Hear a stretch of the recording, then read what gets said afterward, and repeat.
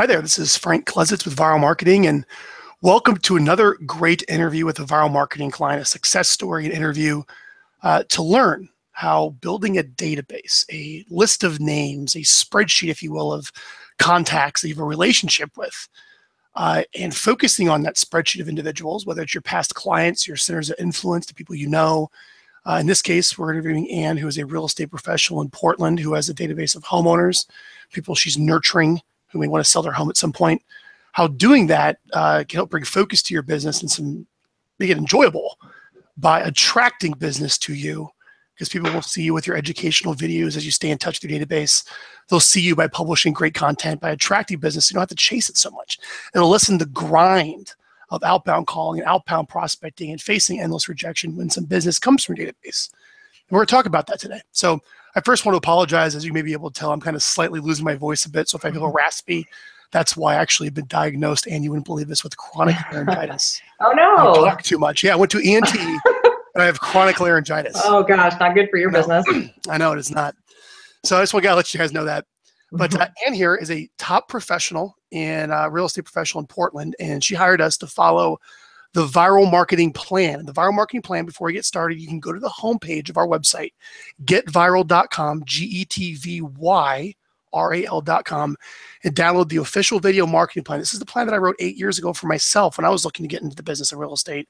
This works for all businesses, by the way, but specifically to reconnect, build, and nurture and grow a database of people by publishing 2 educational videos every single month out to that list, and then prioritizing follow-up proactively with the people that are watching those videos. And that's the plan that Ann read and hired us to implement. And we're going to talk about that today and how that's helped you and how you plan to build on that as you expand to different markets and grow your business.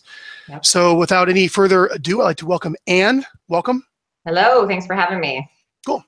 So you tell us a little bit about your background, how long when you got started in real estate, how long you've been selling real estate.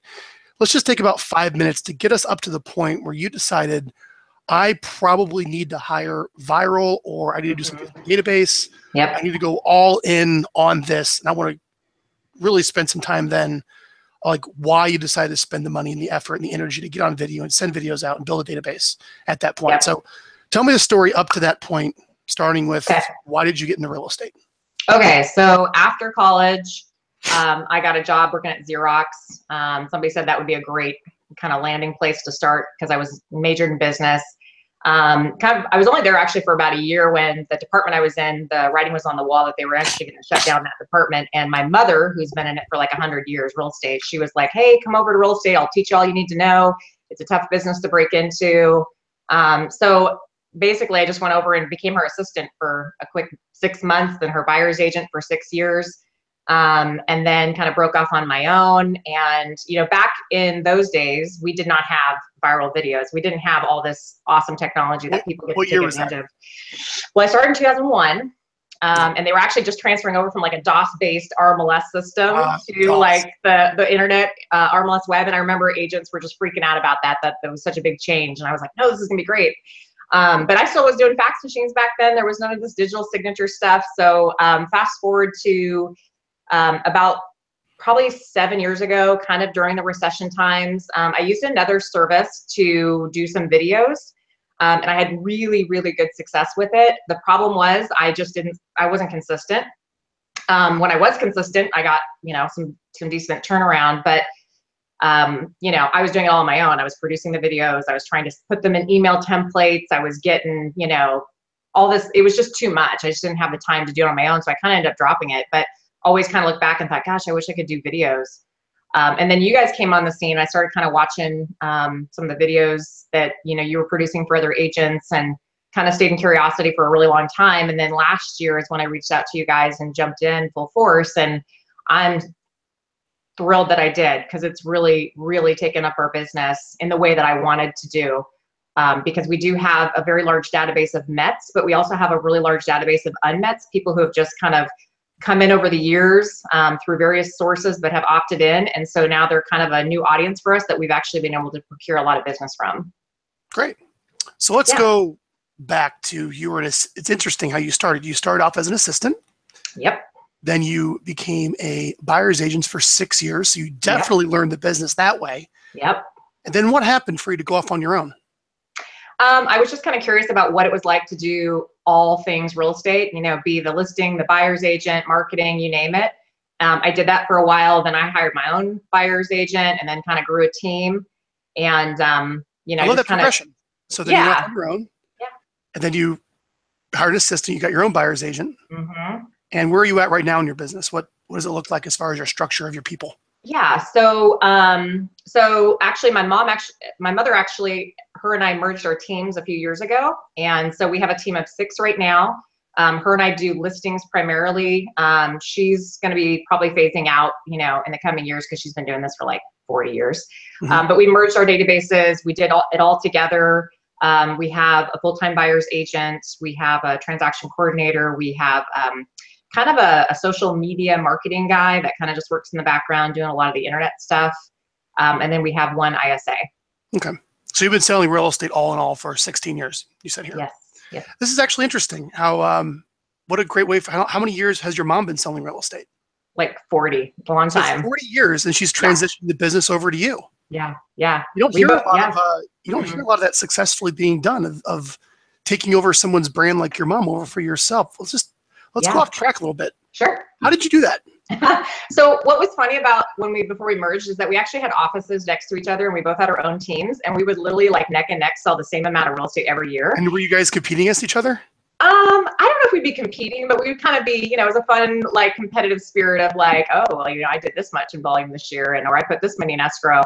And then like literally on a whim, I had kind of a moment where I just decided that I wanted to approach my mom. I said, hey, what do you think about joining our teams together? I mean, I don't know how much longer you're planning on doing it. I always joke that my mom's retired. She just decided to sell real estate in retirement.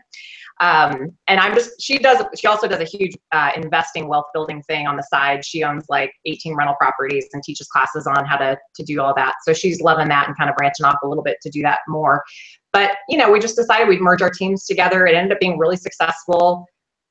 We actually got a merger coach to kind of help us know what to do in merging and creating LLC and doing all that stuff. And so it actually turned out better than we even expected. You never know when you do that sort of thing, especially, family and merging 2 teams, but we both have the same kind of value systems and the way we do business. And so the culture worked out. Just you being able to take over that asset's a pretty cool thing. Yeah, it was really great. All right. Yeah. So anyways, let's go back. So you get to this point where you're going off on your own. Mm-hmm. You were a buyer's agent up until then. How did you make the shift of, safely working with buyers to all of a sudden, I'm going to go off on my own and get listings? Yeah. Well, it was scary. I'm not going to lie. But it was also really exciting and the excitement was bigger than the fear. So what was funny about that is when I decided to do that, the recession had just hit.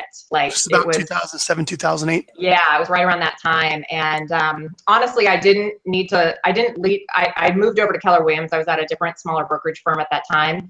And I'm really glad I did that merger because Keller Williams, as you might know, teaches about how to lead generate. And I'd never heard that word before. I moved over. And so they basically were like, get on the phone. So I kind of overcame my fear of getting on the phone and starting to call people I knew and calling people I didn't know and just trying to get business on my own. So it was one of those where I'm so grateful that happened at that time because I think I would have been a statistic if I hadn't moved over to KW and they were kind of basically saying the way to survive is to lead generate and prospect. So it kind of got me over that hurdle. That's great news. Okay, Yeah. Good for them. All right, so good for you and them. All right, so you needed to get listings. Let's talk about what you did. Yeah. Step 1. Okay, so it kind of all started with, I stuck with buyers for a while when I went on my own because that was my comfort level. And it was just, if you had a buyer back in the recession, that's what you wanted to work with, right? Because listings were, flooding the market and half of them were short sales and bank owns. And actually at that time, I had a client of mine that called me, I think a year into it and was like, Ann, I'm underwater on this house she sold me. What do I do? And I remember the Shift book had come out and it had like an instructional in it on how to do a short sale. And so I told my client, we're going to do a short sale. So I literally followed the Shift book thing on how to do a short sale. And I was one of the first in my office. And all the other agents thought I was crazy. They're like, you're doing short sales? Because that was a new thing. That wasn't really around at that time. No. And I had agents that literally were giving me their short sales because they didn't want to touch them. And I grew my business. I mean, I thrived in that market just because I was the one willing to do the short sales. So I got really good at them. I got a name for myself. So I would say a good chunk of my business was doing short sales. I did have a small REO account with US Bank, but the short sales was kind of the thing that I And then I got buyers from it, because obviously when you have really well-priced listings like the short sales back then, that's when you have the buyer calls. So it kind of organically kind of came about where I grew my business from that. And then I started to touch my database more with, like, I had this little cheesy email newsletter that, some guy locally put together for me that I would send out via email to my database. So my database kind of got touched and grew and whatnot. And then as we kind of climbed out of the recession, I was able to kind of see the fruits of my labor of just keeping in touch of my database kind of come back to me. And so that kind of grew. And so. But would you have a database with a bunch of people you helped short their home? I did, yeah. And you still stayed in touch with them, because that's a limited belief for a lot of people. Yeah, and actually we've sold houses back to them, because, a lot of them came back and became homeowners, thankfully. So even if you had a client that was in a stressful situation on a short, it's okay to stay in touch.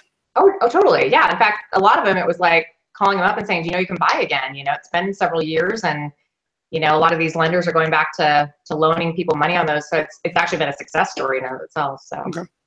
Yeah, and we're going to try something with your mic. There's a little bit of popping in it. Okay. What I want you to do is roll your mouse over my face, and there should be a little sprocket that pops up on your side, and you'll see an option for a microphone. See if you can change your microphone input to something else. It says mute mic. No, just use a little sprocket next to the red telephone there. Just click the sprocket, it says settings, and it'll pop up. Oh, yeah. Here we go. Is there another option there? Let's see. There's microphone HD Pro webcam. Try that. Okay. All right, is that better? Yes. Does that sound better? That sounds better. Yeah. We got rid of the popping sound. Good. Okay, good. It's going to thank me. All right. So you did that for a while, but I'm guessing as you started at KW, they started teaching you the benefits of building a database. Yes. Throughout this process. Tell us about how that changed your thinking about going about how to build a business, of this concept of a database. What were you taught? Well, growing a database and keeping a database and just managing it. I mean, I think what agents have to realize is that it takes work. I mean, you have to be really conscious. I have a note on my office, at the office, where it just basically says, who are you adding to your database every day? Nice. Because you have to remember, like, I'll be honest, I haven't been perfect over the years. There's been years that go by where I'm like, oh my gosh, I've got to update, contact information. It's kind of a living entity. So you kind of have to always go in there and add people and change their emails if they change. And we actually did a big project recently where we kind of went back and through the last 4 years of files that we've closed to make sure everybody got in there. And we had a lot of missing names. It's easy to do. Well, it's still ongoing, to be honest. We're chunking it off. We got through 2016. We're looking at 2017 because we've sold a lot this year, and we've been moving so fast that sometimes it's hard. But you see the value in it. Yeah, I know. Why? I know. Well, to be honest with you, we feel a sense of urgency more than ever to really grow our database and really make it robust and make sure everybody in there is categorized a certain way, because we're now realizing that if you, like, we call it the VIP clients, people that have done a lot of business with us, refer us. It's not that big of a group of people, but those people give you the most amount of referrals that you're going to see. And so taking care of those people, you don't have to look at this huge database of like 2,300 people and go, oh my gosh, I've got to call everybody. You got to focus on the top 20%. It's like, that rule of 80-20, and then work your way down. So we're kind of having that sense of like, we've got to identify people that are VIPs and take really good care of them more regularly, so that we can, get the business back essentially. Okay. So let's kind of talk about the key points of the viral plan of like building a database, what you're sending out for content. So what are you doing to go out and meet people and to build your database? How do you go out and, well, actually I got another question before that. What is the criteria for adding someone to your database? Yeah. There's not a lot of criteria, to be honest. We categorize them. I mean, everybody should be in your database that you come across, right? I mean, it should go without saying. I think the biggest challenge right now is that we will meet people through referral, and then we got to stick them in the database.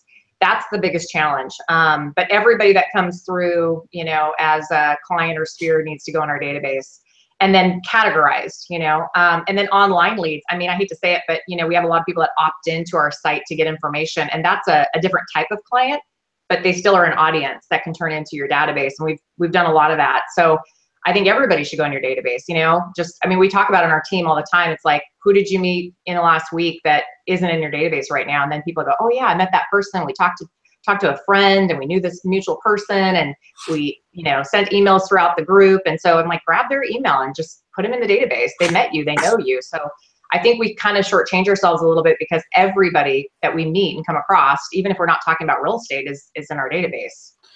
So go back to the urgency of the database. Yeah.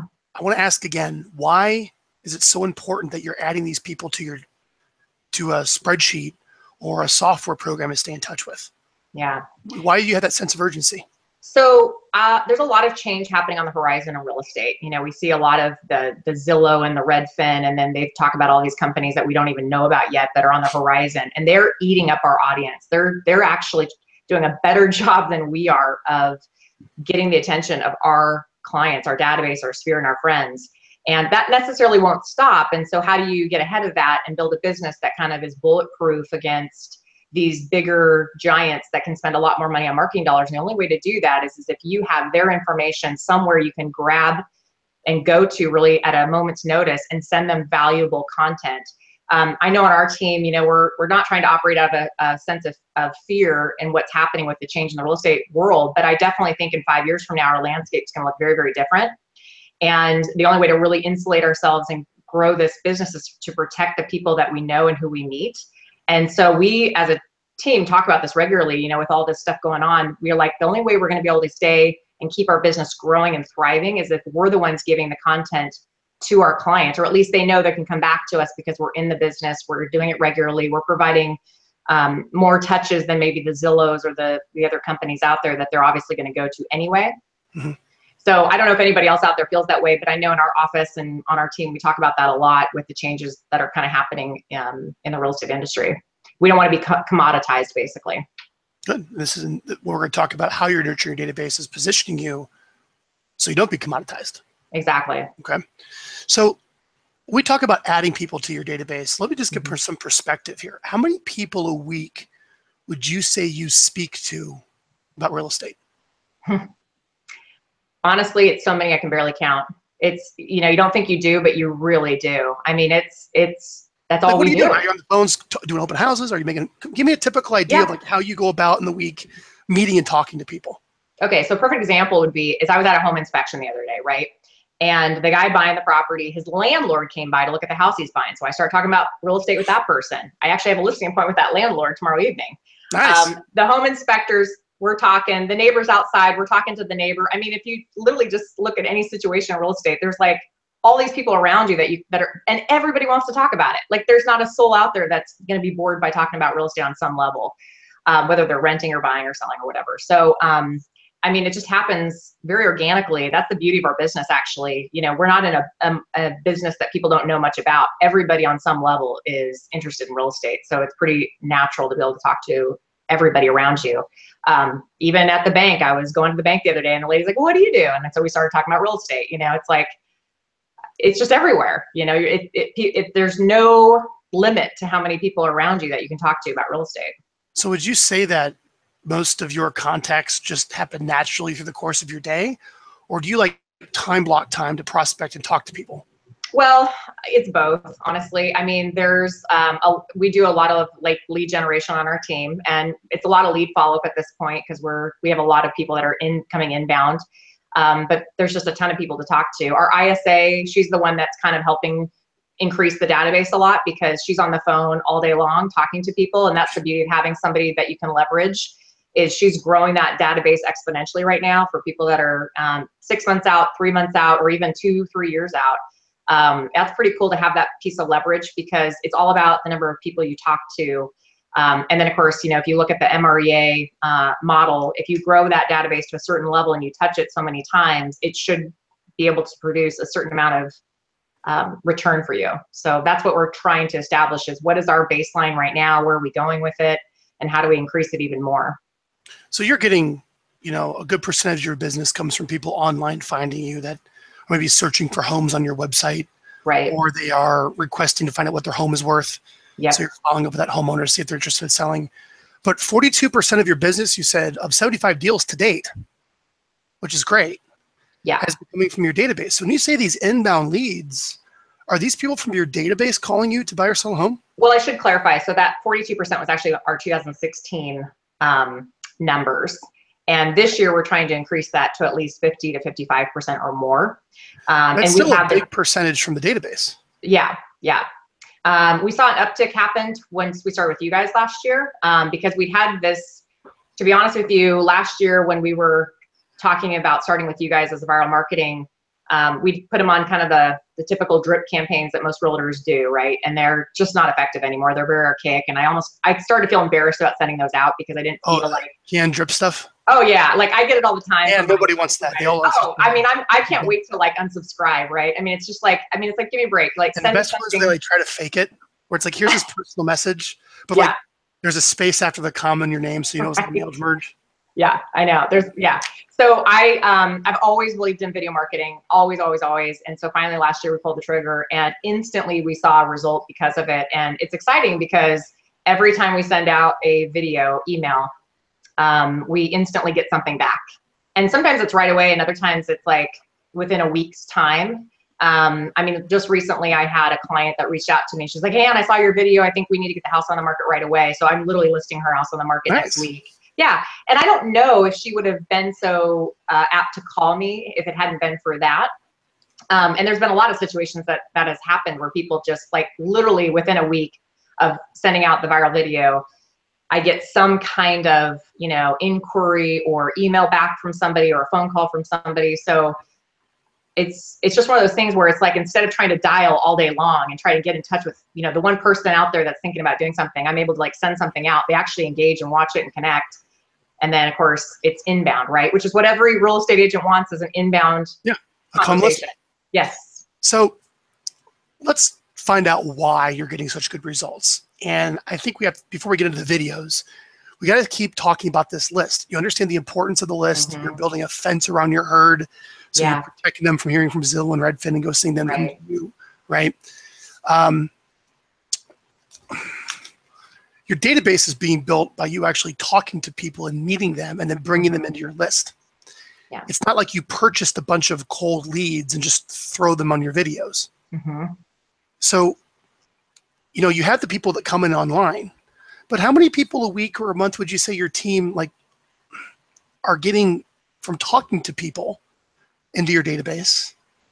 Well, let me rephrase my question. I'm all over the place in this question. I apologize. How many people a month are you adding to your database, do you think? Okay. Is that something you're tracking? Somewhat. So in all fairness, I look at this two different ways, because we look at it like we have two different databases. One database is people that opt in. They've said, they want information from us on some level. And then we have our database. So we have people that we're talking to, establishing rapport, relationships with, whatever. I can confidently say it would at least be in the realm of about 70, but people probably more, but more even like 100, 70 to 100. So because I know at least half of those are coming from our online channels, but those are legit people that have asked for information, and they know they're going to be hearing from a realtor. And then the other half is people that we're talking to, meeting with. They're going to do something at some point. And a lot of that comes from, if not us as the agents making the phone calls, it's from our ISA who's out there going, oh, I just talked to this lady. She lives in the neighborhood of the house you just listed. She's talking about. Yeah, that's wonderful. Yeah, she's talking about getting listed. So yeah. Beautiful. So actually in that marketing plan that I recommend at the front of the website, I just simply said, look, if you could add 3 people a day to your database Monday through Friday, that's 15 people a week or 60 people a month. Right. And you're right about there. I mean, over the course of a year, you got, in your case, you're going to have close to 1,000 people you've added. Right. And that's the exciting part about it. Expecting to hear from you. Yes. And I think what realtors should hear is that if you want a predictable business, like we can honestly predict at this point in our business how much business we're going to get on some level. Instead of constantly be on the phones trying to find the next piece of business, which there's nothing wrong with that. And we still do that to some extent. But if you want to build a predictable business, you have to build a database. And I think there were years where I didn't take that very seriously, to be honest. I mean, I would kind of throw people in and whatnot, but I didn't take it to the same level that we do now. And there's still that sense of we're so far behind. I still feel like we have a lot of work to do in our database. But if you can get a list, or an audience, I like to call it, of people that are watching and listening, connecting with you, I mean, it's like this beautiful organic thing that happens. They now start calling you, they're engaging with your information. When they call you, they act like they know you. I've had people call me that I've never talked to. I don't even know who they are. And have we ever talked? No. Do you know who I am, though? Yeah, I do, because I get your videos. Yeah. So that's what you want to create, right? Yep. Yep. All right. So building the database. Sounds like you on your disc profile, you're a very high I. You get your energy from people. Is that right? Actually, I'm high D. High D, I have I. both. I have I. But yeah. Good. All right. So you're out meeting people. You ask for their information to stay in touch. Yeah. And what do you say when you ask for an email? What's the script? Oh, I just make it totally part of the conversation. Like, oh, hey, I'd love to keep in touch with you. I have this really cool, market information. If you say market information to anybody, they're going to give you their email, because there's not a soul on the planet that doesn't want some good market information. It's, great. Just ask for their email. Say, hey, I'd love to send these things out. It's really valuable information. And they're like, okay, here it is, Just So now what happens? You get the email address, you write it down on a piece of paper, you put it in your computer. Yeah. Where does it go? So if it's we have kind of a categorization of our prospects. So if somebody is planning on doing something in the next year, they go in the database, but then they also go in a spreadsheet that each one of us keeps, and it's called our master prospects list, or lead tracker. And we're supposed to use that lead tracker to follow up with people regularly, so we all know who are now 3 months, 6 months, or a year out. But they do go in the database as well, so that we're dripping on them and sending what is the database? Just your email list? Well, it's really simple. We have top producer and we also have market leader, and they're both two CRMs, and we feed both of them. So they just go in there and then they get categorized and all that. And actually the other thing too is, if you don't feel like you have somebody's, like if you're in a situation where you don't get their address or their email for whatever reason, but you had a great connection with them and they would know who you are, we use Spokio to get people's information, just so that we can send them a note in the mail just saying, hey, it was great meeting you at, such and such house.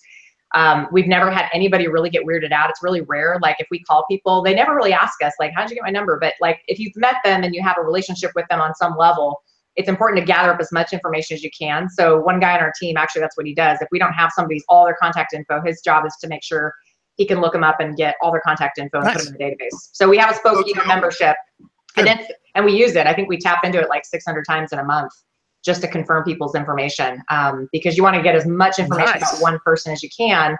So I highly recommend, if somebody is planning on doing a database build, because you won't always get like email, phone number, address, get as much as you can. Like sometimes we'll meet somebody at an open house and they'll give us their email, but we'll be like, oh yeah, you live on 123 Main Street. We go into like the tax records, pull up their address, and then we say, Brian, go get the rest of their contact info and stick it in the database. Nice. Yeah. Yeah, two other services I'll give the audience are, I think it's called Intellius Pro. Works well. And a free one is Pipl, PIPL.com. Go type your name. Go type your name on that, and that'll freak you out. All right. So great. So the email goes in your CRM, and then you append the information. So you do some research to append what's missing. You're like a human append system. All right. Yeah. And then so the audience knows, once a month you export whatever you have in those systems, in this case over to us, and we put it in your email marketing account. So the emails are sent from a totally different account. In this case, we use vertical response. If you're watching this and you're not a client, you could use anything you want, Constant Contact, MailChimp, whatever. But those get exported, added to your email marketing program, and your communications go through that email marketing program. Right. And then when you export everything, it's automatically deduped when you append it into the email marketing program. Yes. That's great. So the goal is to basically see 70, 100 new people every month added to the email marketing program when we do the export. Yeah, exactly. And you guys are really good about harassing us for our database. That's really the, Oh yeah, the accountability is huge. Good. So I want to give you a little tip that I want to be a little more clear about when I rewrite the video marketing plan. Okay. Especially for your online leads. So when you talk to somebody on the phone that you may not have met in person, and it's a quick online conversation, and you say, can I send you helpful information about the market in your case? When you opt in online to a form and you put your information in, the next thing that usually happens is you get emailed a confirmation email, right? Okay. So you're essentially a human opt-in form, and the people on your team are human opt-in forms. So when you receive an email and you put it into your top producer or whatnot, we need to have a way where a confirmation email message goes out right away. Something like this. Hey, it was great to meet you. Great to talk to you. Here's who I am. Here's my story. I'm an agent. This is what I could do for you if you need me. I look forward to staying in touch. Here's what you can expect to receive. Here's maybe my link to my blog and a video I made that's really popular you can watch. And here's a link where you can search for home as my website. Here's a link where you can find out what your home is worth. And you can email me or call me, save this email so you can search it if you ever need help selling real estate or buying it. And if we get a confirmation email message out to those 70 or 100 people every month you're bringing in your database, it's going to dramatically strengthen the quality of those contacts when they receive that first communication, maybe 1, 2, 3 weeks later. Okay. And you'll find a lot of people will save that email when they search your name when they're thinking of an agent, and all that information will be there. And you'll see people replying back to the confirmation email 2 years later. Nice. So yeah, I need to do something because they'll search it in their email inbox. Does that make sense? Yeah, totally. So that's something after this call, a little coaching tip, if you will. Let's work on getting implemented. And if you Google do you use Gmail, Hotmail? Yes, Gmail. Yeah. Google Gmail email bookmarks, a toolbar. You can install a toolbar plugin on your browser for Gmail that you can save templates and sync them with the team. So whenever you get an email, you just click drop down, insert into Gmail, send, and there's your confirmation email. Okay, I definitely want to get that information. So. Yep, cool little tip for building a great database. Yeah, for sure. Okay? So let's move on. You built this database, okay? Over the course of, since 2007, you really started paying attention to it. At this point, right now, or actually no, when you started with us, how many people would you say you have in your real database? Like people you've met or quality contacts? Probably just in 1 year. Well, as of last year. Okay, as a grand total? Yeah, when you started with me, yes. It was probably about 700 with, if we were to really chunk that down, probably like 500 of those are pretty strong Mets. Good. So what I want the audience to see here is we're not looking for like 100,000 emails. No. We're not looking for thousands. You don't know that many people. Yeah. And chances are they don't know you that well either, unless you're some YouTube star. Right. So 500 to 700 people was all that we had when you sent those names over. Now, there might have been more emails in there that kind of made their way through, but inside that big list, you're talking about an audience of 500 to 700. Yep. How big is that audience now after a year? It's right around 900. We just checked it. Good job. And we've cleaned it up a lot. I mean, there was a lot of people we just took out just, for whatever reason, but, or had double entries or something like that. And it's an ongoing process, we try to chunk it off with we try to alphabetize. So we'll say, all right, this week's the A's and next week's the B's. But just cleaning it up and making sure we have accuracy. There's a lot of, that's the thing is when you get a database, and small databases are great. I mean, I had a small database for many, many years that produced a lot of referrals, but when you grow it and you're, trying to add to it, trying to manage it and just clean it up is kind of you have to work on it. You have to set aside time to make sure you have, and it's a great way to call somebody and say, hey, you coming to the client party in a couple months? Do I have all your right information? We want to make sure you get an invite. So you always have a great little excuse to call somebody and try and get updated information. Great. Yeah. So let's move on. Let's talk about, now that we've built this amazing asset, now that we're staying in touch with past clients, which is a huge asset, that they might hire you again or use you again, especially with your mom's database of 40 years. Right. Right. You're staying in touch with leads that are thinking over their decision, and you're staying in touch with people you've met that may use could introduce you to someone who may need to buy or sell a home. We don't have to make the decision of what to send them. Yeah. Let's talk about your decision and how you came up with what you need to send these people. You mean when we started with you guys? Pretty much. Actually, let's talk about all the options you had available. Well, when you first start, you're like, oh my gosh, there's like a million topics I could share with my database.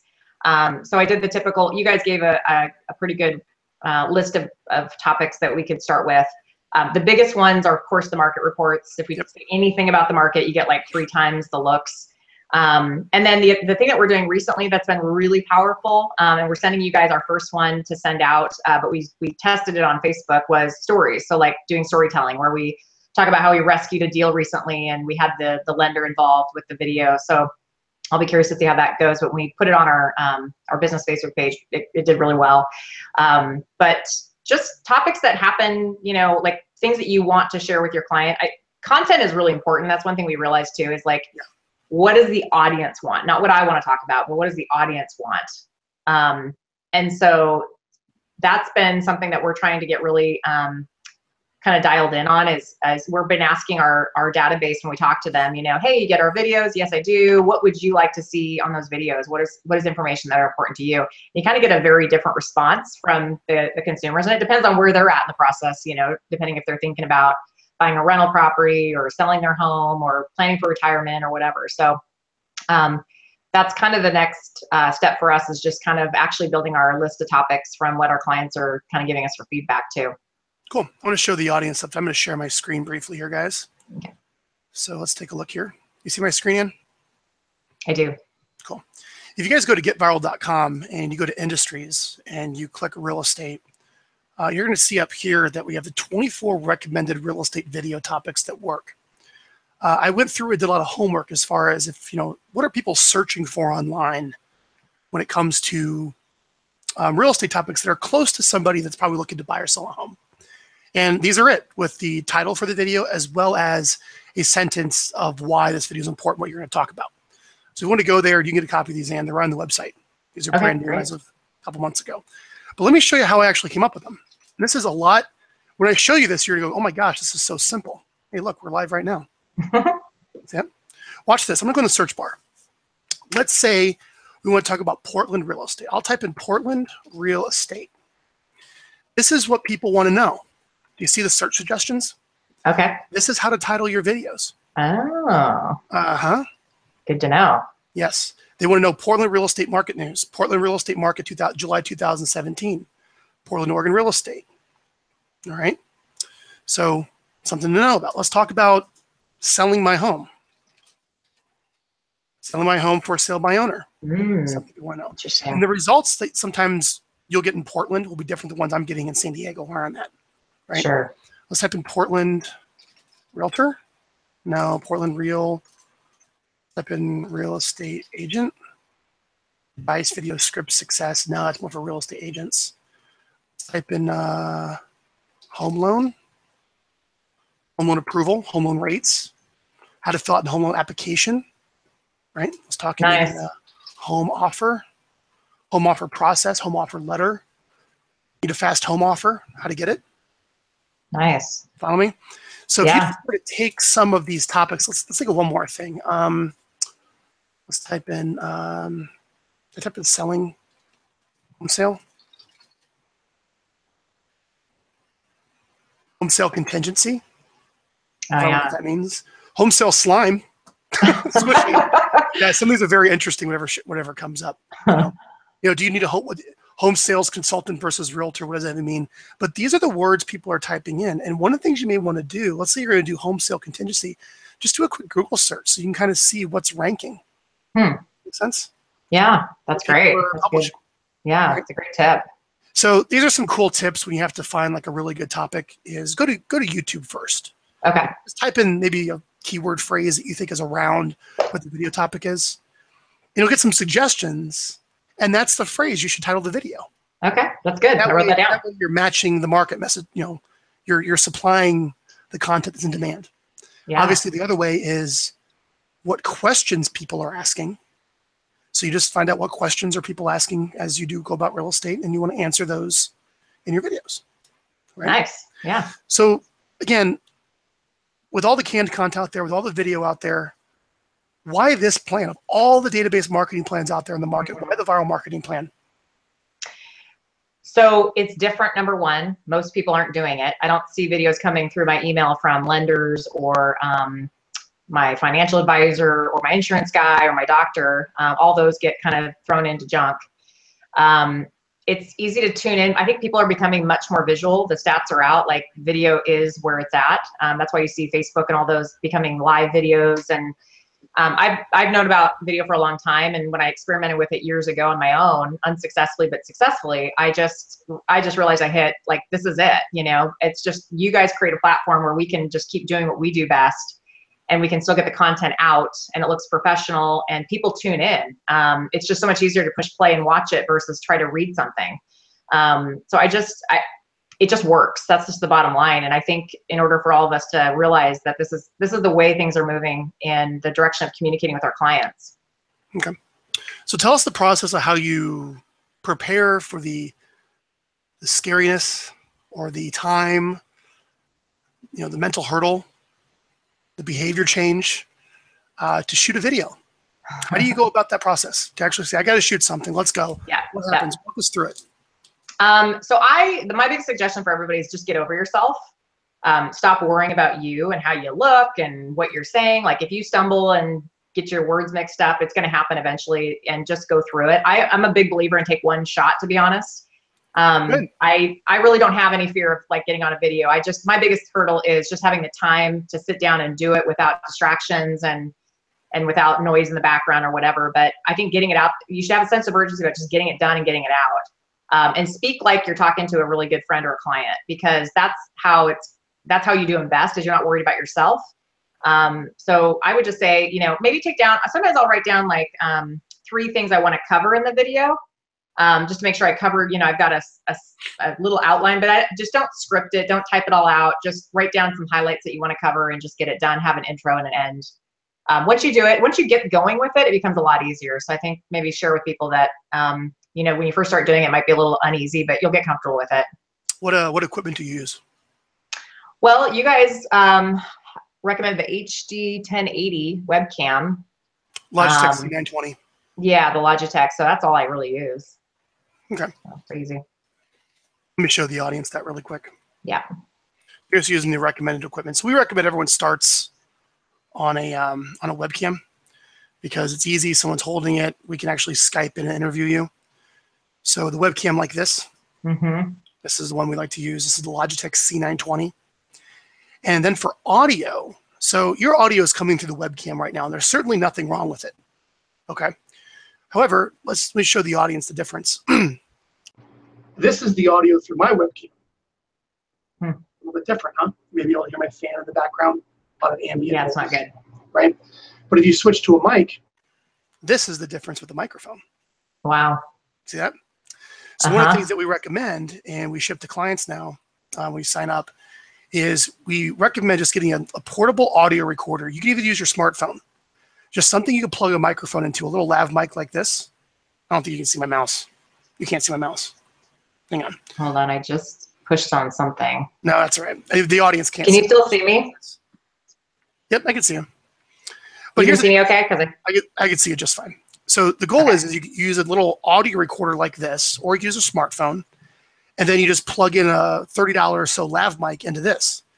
So you record the audio you record the video on your webcam, but you're also recording the audio into the recorder.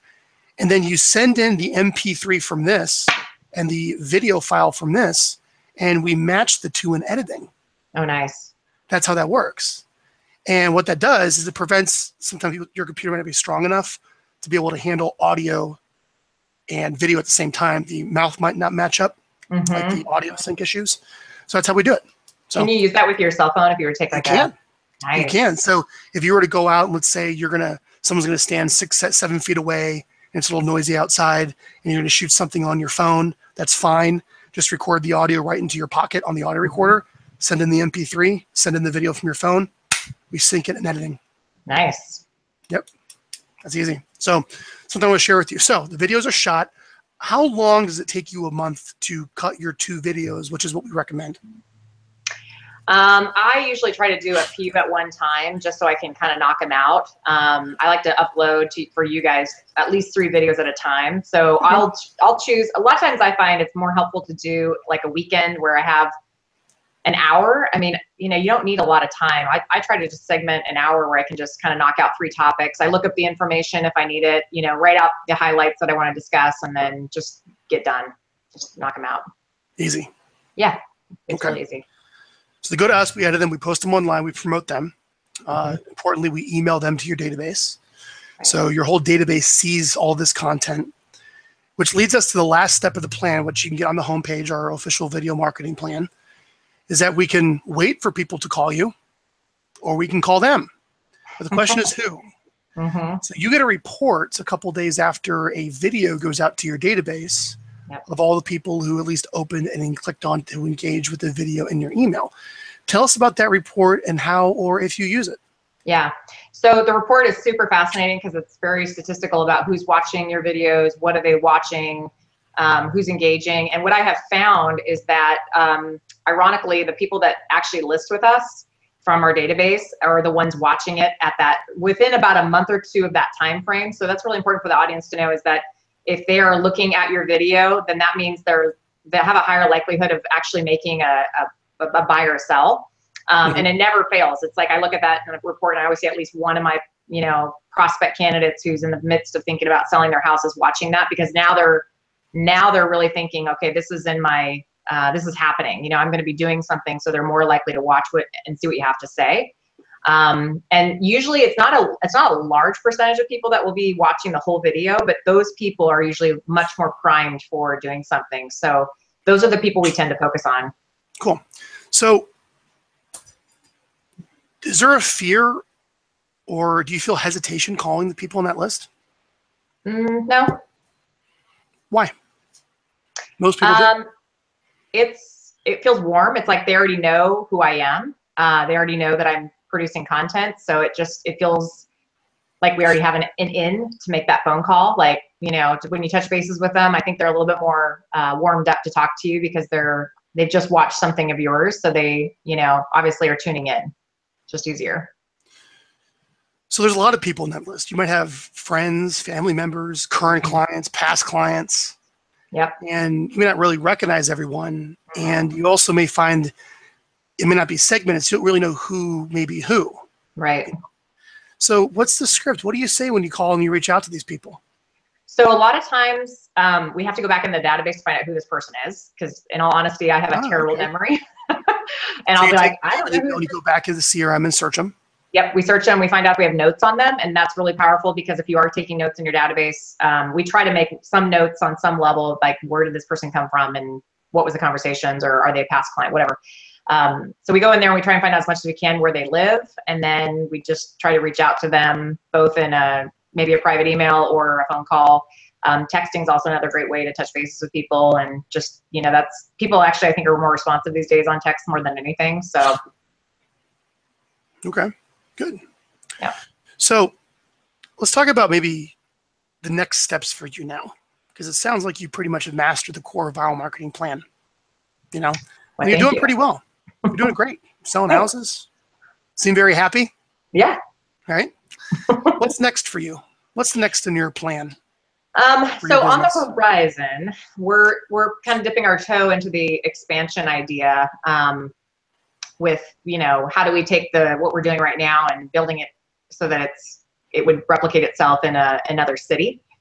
There's a lot of work with that. I think what you realize when you start looking at expansion is you got to really get your core strong in terms of like database, how you manage it. Can that be replicated? How does it get replicated? So we're trying to set ourselves up to possibly expand in a city in the next year. But you gotta, I think, trying to replicate what we're doing with the database here locally and doing it somewhere else differently. So. Okay. Yeah, we can help you with that. What you could do is use the same blog. Just say that you're in 2 separate areas. Okay. And then create 2 categories on the blog, one for Portland and one for the other area you're going into. Ooh, that's smart. Got it? I like that. So it's kind of like, like fashion brands, LA, New York. Yeah, yeah. Same thing with you. You Yeah. have the fashion brand, and you have the cities, the areas that you're in. Okay. Yeah. And then maybe at the top of that, you have the pictures of all the rainmakers and all those markets. Uh-huh. And then, yeah, the blog has lots of random content on it, but you have it categorized where it's like, here's the Portland updates from you, and here's the other area, or Bend updates from this person. Yes. Maybe, right? By the way, we were planning on Bend, so that's why you bring that up. Beautiful area. So the other thing is going to be also on YouTube. So instead of just a gobbledygook of videos, you would have all those videos organized by playlist. That's it. So you organize the videos by area, by playlist, and then you organize them by category on your blog. That way you don't have to build different blogs and everything else. It's all on one platform, one YouTube channel, and one blog. Yeah. However, when it comes to the emails, you'll have your Portland list, you'll have your Bend list, you'll have your other list. And when you post a Bend video on your blog, obviously an email goes to Bend about Bend, back to that blog post. And when you post a Portland video on your blog, an email goes to your Portland list, back to the Portland video, Follow me? Nice. Yeah, yeah, that makes That's a sense. good way to think about how you want to go about expanding. The biggest challenge you're going to have is, will your expansion partner do the videos? And the Yeah. answer is yes, they must. They must do it. They Yeah. must, because you can't do it, because it's about the relationship with their list. Right. For you doing it, it's going to kill the idea of the relationship. Yep. All right. Exactly. Yeah, that makes a lot of sense. Okay. Let's see here. What else? What else does the audience want to know that you gave me from your notes? Hang on, everyone. I want to get to the bottom of how to get more listings from your database. Give me some more secrets here. Someone's struggling. They need listings. Yeah. And they don't necessarily want to interrupt their strangers and slog through endless rejection. So they like the idea of working a database.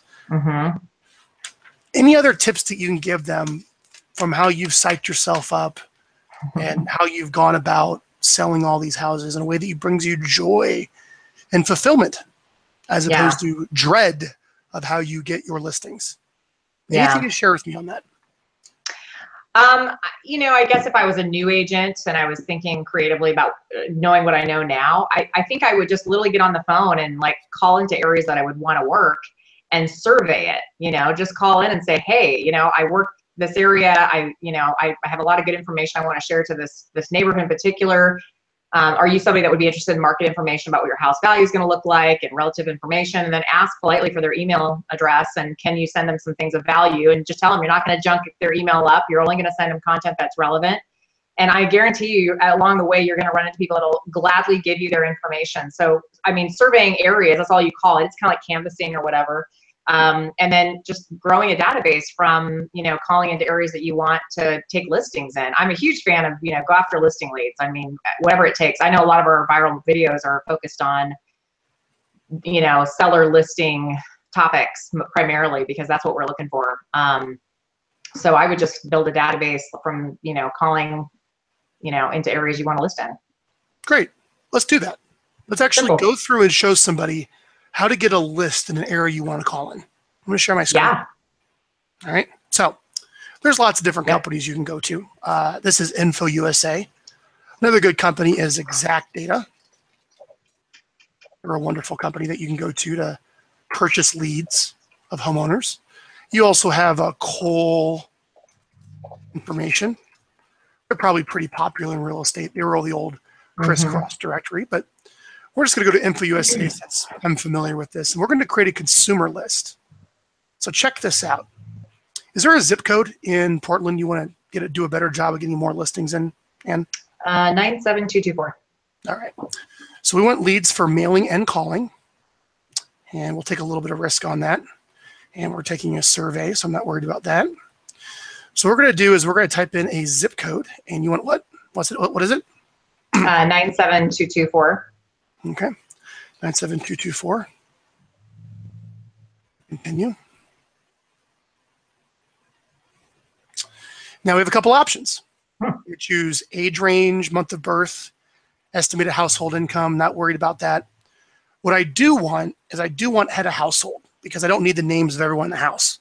I just want who they think is the head of the household. So we're going to choose that.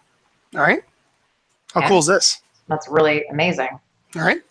So now what we're going to do is we want head of household, but we want homeowners of single family homes at a certain price point. So the question is, inside that zip code, we want homeowners, not renters. That's very important. And what would you say is the sweet spot for the home value that you want to be in for that zip code? Probably between like 350 to 450. Okay, great. 450. And housing type, we want to be dealing with single family homes. And length of residence is up to you, but I mean, people probably that have been living there for a year probably don't want to sell it. But then again, they might if you're going to farm it long term. Is there a length of residence that might be of benefit to you, or? That area kind of does turn over about every 5-7 years.